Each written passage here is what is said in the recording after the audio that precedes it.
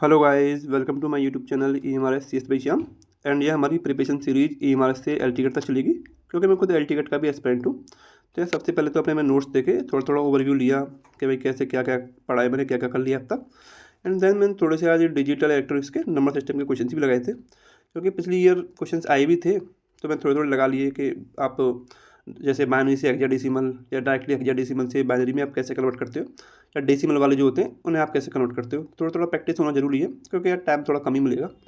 तो वो क्वेश्चंस लगाने के बाद यार मैंने थोड़ा सोचा कि पाइथन में जैसे कुछ एडवांस में हैं, जैसे अगर पीजीटी में तो स्पेशली नमपाई, पांडा या मैटप्लॉटलिब वगैरह जो है वो हमारा, जैसे मैंने पिछली बार वो देखी थी यार, आपको दिखाई वीडियो शेयर भी कर दी थी, 11 घंटे के कोड विद हरी करके वीडियो देखी थी। तो यार कोई टाइम और वेस्ट ही लगा उतना मुझ में। बहुत लोगों ने कमेंट किए थे, आप देख सकते हो उनकी, मैंने कई जगह पढ़ा था। पर यार हमारे EMS के हिसाब से तो वेस्ट ऑफ टाइम है। हमें मेन है कि हमारा जो हमारे टॉपिक्स हैं उसके बारे में आप देखो और उसके बारे में पढ़ो। तो ये 3 टॉपिक्स थे यार, ये हमारे पीजीटी सिलेबस में है भी। तो अब ये इतने यूट्यूब पे अवेलेबल भी है नहीं, अगर आप देखोगे तो इतने हैं नहीं, और है तो यार फिर उन्होंने डीप में कोडिंग के हिसाब से बता रखा है। एंड हमारा मेन मोटिव है कि केवल जो जो हमारा काम चल जाए उतना हम पढ़ लें। तो थोड़ा बहुत मैं चैट जीपीटी या कुछ वेबसाइट वगैरह से देखा था।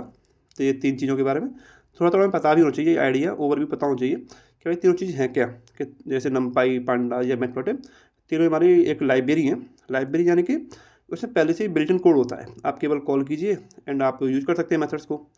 तो सबसे पहले मैं थोड़ा नमपाई के बारे में पढ़ा कि यार नमपाई वगैरह क्या होता है। तो नमपाई में मेन काम होता है हमारा एरेज के साथ हम कैसे एक्चुअली में न्यूमेरिकल कैलकुलेशन कर सकते हैं। एक तो होता है जैसे आपने लिस्ट है, अब लिस्ट में मान के चलो 5 वैल्यूज है आपकी, 1 2 3 4। अब आपको उसमें मान के चलो कैलकुलेशन करनी है, मुझे इंटू 5 करना है सब में। यार इस लिस्ट में सब में 5 5 पे मल्टीप्लाई हो जाए, तो वो नहीं होगा। वो एक्चुअली में रिपीटिशन हो जाएगा एक तरीके से लिस्ट का, पर वह कैलकुलेशन वगैरह नहीं होगी। तो वहाँ पे हम यूज़ करते हैं एरे। एरे फास्ट भी होती है क्योंकि वो सी लैंग्वेज में लिखी हुई है। एंड मेन काम होता है इसका कैलकुलेशन करने का। तो जितनी भी हम कैलकुलेशन वगैरह होती हैं वो हम एरेज वगैरह में करते हैं। एक्चुअली में अगर आप और भी देखोगे तो यही है हमारा नमपाई में। तो थोड़े थोड़े टॉपिक्स हैं कि आप स्लाइसिंग कैसे करोगे, इंडेक्सिंग कैसे करोगे, ये थोड़े थोड़े टॉपिक्स हैं आप कैसे कर सकते हो। फिर आता है पांडाज। अब भाई एक्चुअली में हम पांडाज का मेन वर्क होता है, ये भी एक पाइथन लाइब्रेरी है, बट इसका मेन वर्क होता है डाटा को कैसे स्टोर कर सकते हो, डाटा को क्लीन करना, अगर डाटा में नन या वैसी वैल्यू आ जाएंगी क्लीन करना या एनालाइज करना। तो इसमें जो डाटा एक्चुअली में स्टोर होता है ना, वो रो एंड कॉलम के फॉर्म में होता है। जैसे आपने वो देखिए एक्सेल, एक्सेल के फॉर्म में डाटा स्टोर होता है। एक्सेल में आप देखा होगा रोज एंड कॉलम्स होते हैं, उस हिसाब से इसमें स्टोर होता है डाटा।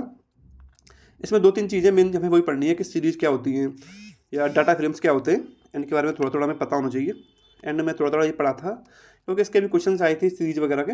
तो सीरीज कैसे आप कर सकते हो, जैसे एक्चुअली में सीरीज जो होती है वो 1D होती है, यानी कि 1 डायमेंशन स्ट्रक्चर्ड होती है। एंड जो डाटा फ्रेम्स होते हैं वो 2D, यानी कि 2 डायमेंशन स्ट्रक्चर्ड होती है। इसमें जो डाटा स्टोर होता है वो रो एंड कॉलम के फॉर्म में स्टोर होता है। इसमें थोड़े थोड़े ऑपरेशन हैं कि आप कैसे इंडेक्सिंग कर सकते हो। इंडेक्सिंग वो थोड़ा थोड़ा मैंने पढ़ा। एक्चुअली में क्या है, आप जैसे पढ़ोगे ना, अब पढ़ना तो एक अलग चीज़ होती है, बट आप साथ में जब कोड बनाओगे, प्रैक्टिकल करोगे, प्रैक्टिस करोगे, तब एक्चुअली में चीज़ें पता चलती हैं कि चीज़ें कैसे रन कर रही हैं। जैसे अगर आप कॉपी पे लिख रहे हो तो यार, तो आपको पता ही चलेगा कहाँ पे आप गलत कर रहे हो, कहाँ सही कर रहे हो। बट जैसे ही आप कोडिंग वगैरह में करोगे तो एरर्स आ जाएंगे कई जगह, मेरे खुद कई जगह एरर आ गए थे, तो वो पढ़ा। देन थर्ड पढ़ा हमने मैटप्लॉटलिब। मैटप्लॉटलिब क्या होता है, अब देखो हमने डाटा को पहले कैलकुलेशन कर ली, डाटा को हमें टेबल फॉर्म में स्टोर भी कर लिया। अब मेन काम होता है डाटा को विजुअलाइज कैसे करोगे आप। जैसे अब एक कोई हम पे टेबल है, उसमें लाखों रो एंड कॉलम है। अब मुझे कुछ विजुअलाइज करना है एक्चुअली इस टेबल में हो क्या रहा है। तो उसके लिए यूज होता है हमारा मैटप्लॉटलिब, जिसमें क्या है, कई कई तरह के हमें ग्राफ्स होते हैं। अब उन ग्राफ्स की हेल्प से हम डाटा को विजुअलाइज कर सकते हैं। तो मेन अगर आप देखोगे तो 3 ही इसमें डिफरेंट होते हैं। एंड इसमें थोड़े थोड़े आपको पता होना चाहिए टाइप्स ऑफ ग्राफ्स कैसे होते हैं। ये अब थोड़ा थोड़ा ही पता होना चाहिए, ज़्यादा डीप में जाने की जरूरत है नहीं हमें यार। तो थोड़े थोड़े मैंने कोर्स वगैरह जो है रन कर करके देखे थे आज। एंड ये भी सही है यार, क्योंकि कोर्स प्रोग्राम भी आ सकता है ना, तो इसके लिए फिर मैं थोड़े कोर्स के कितनी तरह टाइप के ग्राफ वगैरह होते हैं उनको रन करके देखा। अगर आप देखोगे तो 3, अगर मैं एक पॉइंट बताऊँ तीनों में डिफरेंस, तो नमपाई जो होता है एक्चुअली वो कैलकुलेशन के लिए यूज होता है। एंड पांडा जो होता है डाटा को स्टोर करने के लिए यूज होता है।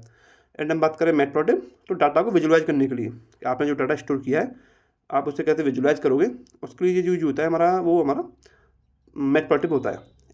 एंड भाई हमें डेस्क्रिप्टिव के साथ साथ अपने ऑब्जेक्टिव पे भी अच्छी पकड़ रखनी है, क्योंकि देखो ऑब्जेक्टिव के जो क्वेश्चन आएंगे 40 एंड डेस्क्रिप्टिव के जो क्वेश्चन आएंगे 15, जो कि 4 मार्क्स का एक क्वेश्चन होगा। तो 40 जो नंबर है वो हमारे ऑब्जेक्टिव के भी हैं। एंड ऑब्जेक्टिव में तो देखो ये है कि गलत है तो गलत है, सही है तो सही है, तो इसलिए थोड़ी थोड़ी अच्छी पकड़ भी होनी चाहिए। एंड इसके लिए मैं करता क्या हूँ, देखो भाई आपकी भी एंड मेरी दोनों की प्रैक्टिस होती रहे, इसके लिए मैं क्विज़ वगैरह भी डालता रहता हूँ, पाइथन के क्वेश्चंस वगैरह भी डालता रहता हूँ डेली सा, जब मुझे टाइम मिलता है। एंड साथ में मैंने क्वेश्चंस भी करा रखे हैं, जैसे एनसीईआरटी के चैप्टर 5 के क्वेश्चंस करा रखे हैं, उसके मैंने एक अलग प्ले लिस्ट बना रखी है, आप वहाँ भी देख सकते हैं। एंड फिर क्विज में भी आधे से ज़्यादा लोगों ने कई क्वेश्चंस गलत दिए हैं आंसर, क्योंकि थोड़ा हमें अच्छा पकड़ रखनी पड़ेगी इसके लिए, तो इसके लिए हम साथ साथ प्रैक्टिस भी करते हैं यार। एंड आज के लिए भाई इतना ही, एंड मिलते हैं अपनी नेक्स्ट वीडियो में। तब तक के लिए टाटा एंड बाय बाय भाई।